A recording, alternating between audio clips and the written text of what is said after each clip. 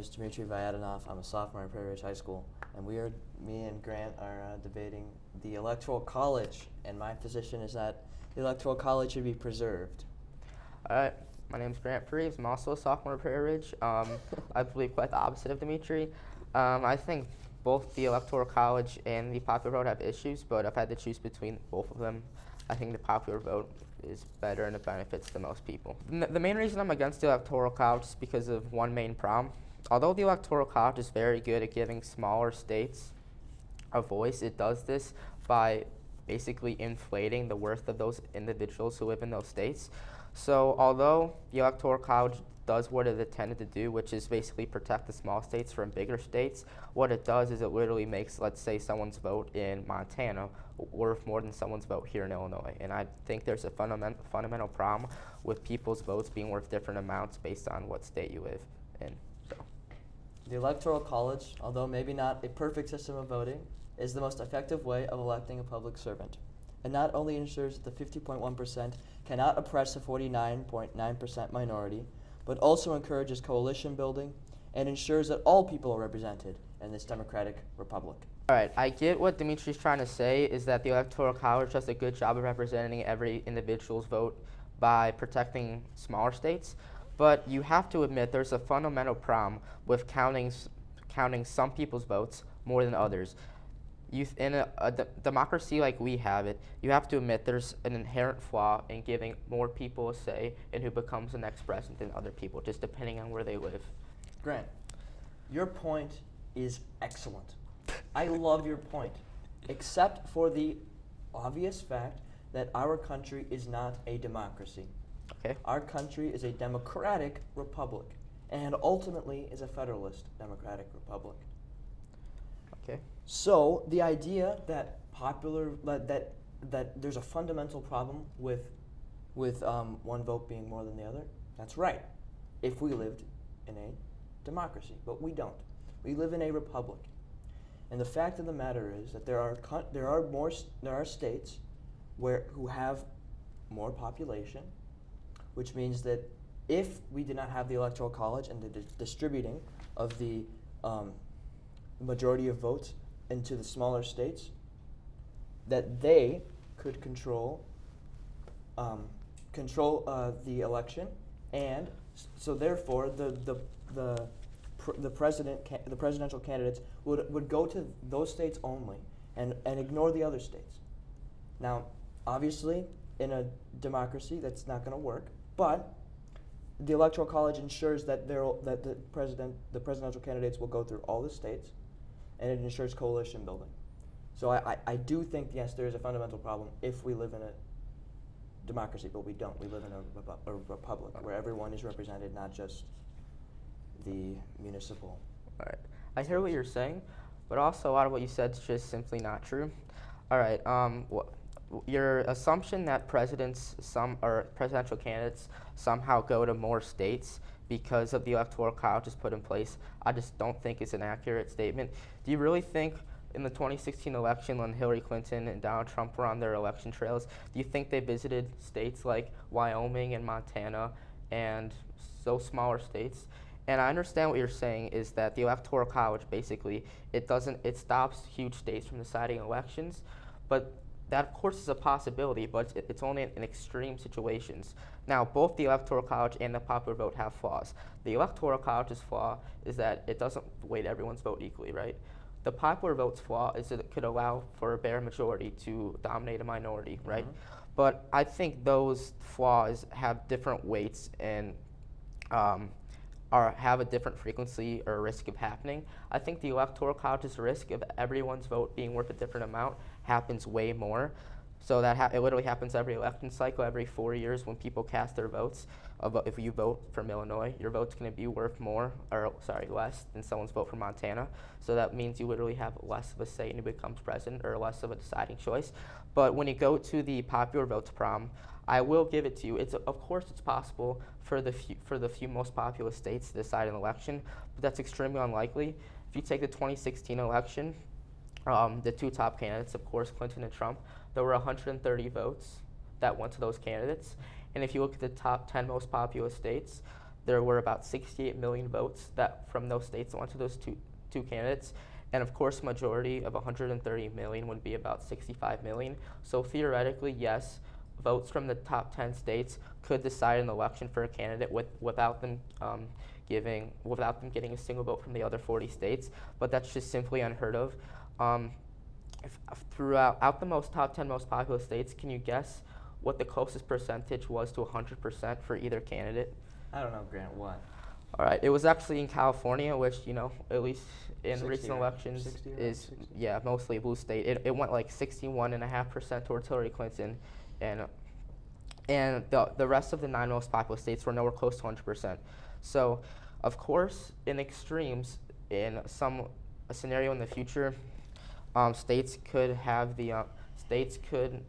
vote 100%, 100% for one candidate or another, but that's just simply not true in today's elections. No matter red or blue state, it's always usually 65 to 40. It's always relatively close. It's never 100% one candidate. That's just simply an extreme scenario. In a lot of nations these days, direct democracies are a thing, Mm-hmm. at least for the presidential candidate. But I would just like to call upon history to kind of debunk this thought of how the pure democracy works. Starting, of course, and I know you might feel a little bit funny about this, but starting with Athens. The Athens government in about the 500 BCs, in 500 BC rather, sorry, was a pure democracy. The people, the men, not the women, but would kind of gather in the at the city, and they would all vote in pure democracy about everything. Mm-hmm. And this made it so that most of the time a small majority was oppressing a large minority, and eventually, because of this dissension in Athens, it became a weak state, and it was taken over. So that's just an example of a pure democracy not working. Also, I'd just like to say, people don't really realize this, but there are direct elections in Iran, Afghanistan, Venezuela, and Russia. And I don't think I need to go too much into detail to show how corruption can occur in nations that have a direct popular vote. This is what Madison was afraid of when the whole Electoral College debate was going on. They believed, the Federalists believed, that if they had a popular vote, it would lead to despotism, and so this is why they came up with the Electoral College in the first place. So that's the danger of the popular vote. It can really bring corruption, and it can bring a weaker country. Another thing, if we change to a popular vote, we would have to change the Constitution, and we would have to, because we're leaving the Electoral College for the popular vote, we would basically have to reject federalism, which has been the roots of our country since very long ago, 1776, even earlier. Well, let's not forget that at the beginning of the country, there were many compromises that were made between Federalists and Anti-Federalists. So Yes. I wouldn't say our country is purely Federalist. There's ideologies from both sides of that spectrum. And like you mentioned, there are several countries that have a popular vote, but there are also elections in our own country that are decided by popular vote. Governors are decided by popular vote. Congress members are decided by popular vote. Almost every election is decided by a popular vote, and besides our national presidential election. So are you saying that those other elections should be decided by something similar to the Electoral College? So Grant, what you're asking me is, I just want to reiterate, make sure I hear you correctly. You're saying that the president is decided by Electoral College, but all the other governors are decided by popular vote. Yeah. And you're asking, should the other public servants be decided by Electoral College? Yeah. I don't think so. Why not? What's the Here's difference? why I don't think so, especially for statewide statewide elections, is that if we're trying to represent a smaller thing like a state, yeah. popular vote works better. But if we're trying to represent the whole nation as a whole, the whole nation as a whole, that's redundant. If we're trying to represent the whole nation, make sure that the farmers are represented, but also the doctors, and also the middle class, the lower class, the upper class. Mm-hmm. I think that the Electoral College works effectively to represent the general opinion of the whole country and the general levels of representation that our country needs. Yeah, but don't you think there's those different classes, there's those doctors and farmers just in a state like Illinois? Do I think that? Yeah, of Yeah. course there are doctors. Yeah, in Illinois. so why is it okay for that to be a popular vote? Because it's a more concentrated But vote. I'm sure Illinois today has more people living in it than Athens did. Okay. So, What's your point? well, you're saying Athens was flawed by having a popular vote, but yet Illinois decides its governor by popular vote. So why is Illinois okay with that? The Electoral College is okay. So we all know what the Electoral College is, right? 538 electors Yeah. who vote for the president. The problem with the Electoral College right now, I do concede that there is one problem, is that it is not democratic. I think that what we need to fix first and foremost is what the compromise was that the electors would be directly voted in by the people, and that's Okay. not happening right now. So that's the thing that I want to fix, because I do think that we still need more democracy in the United States. But on your distinction, Illinois is not 1/50th, but it's one sector of the United States. Yeah. Athens was the whole country, Yeah. and there were states in the country Of course. well, Yeah. that got together as well, I Mhm. believe. But I think that your distinction, based off of the population, is not effective. Illinois is a state. Athens was a country. All right. Now that's a fair point. Now, your point about the electors being, because for those of you who don't know, the Electoral College, it's not a popular vote as we've been discussing, but there's 538 electors which are decided by state party, by either state commission or state convention or a hybrid system of both. So basically, when you vote for, like, if you voted for Hillary, if you lived in Illinois, you weren't exactly voting for Hillary, you were just voting for your electors to vote for her. And so every election cycle, there's 538 electors chosen, and then once a state goes red or blue, then those electors vote for the people who they believe in. Now, as you've said, you think those electors should be voted in by people like us. Yes, and the founding fathers agreed with me. Yeah, and another problem with that is the electors don't have to vote. They don't have to vote for the candidate Yes. who the state like. So let's say, obviously in 2016 Illinois Sure. went blue, so 20 electoral votes went to Hillary Clinton. But in certain states, there were electors who didn't vote for the candidate that their state went for. I think there were 7. They called them faithless electors. So I think that's also a problem. I don't think an elector should be able to go against the popular vote and vote for a different candidate than their people in their state wanted. Could we at least agree on that? I agree with you here for right now. Okay. But the problem is, like I said, the electors need to be democratically voted by the popular vote. Yes, so that if the electors go against what the population wants, they don't have to elect them, and that's what needs to change about the Electoral College. I think that's the only thing that needs to change. All right. I think, as we both highlighted, neither systems are absolutely perfect. And of course, I think a compromise can be found here. So I think we've highlighted two strengths and a strength and a weakness for each system. The Electoral College is very good at giving a voice to smaller states, but it's not good at weighting everyone's vote the same. The popular vote's the exact opposite. It's really good at counting everyone's vote the same, but it's poor in protecting smaller states from a bare majority that could happen in extreme conditions. So I think a possible compromise to this would be putting something like the popular vote in place, but having additional criteria, like a percentage criteria. So for example, like, not only would a candidate need to win the popular vote to become president, but they'd also need to get, like, let's say, at least 30% of the support in 30 states.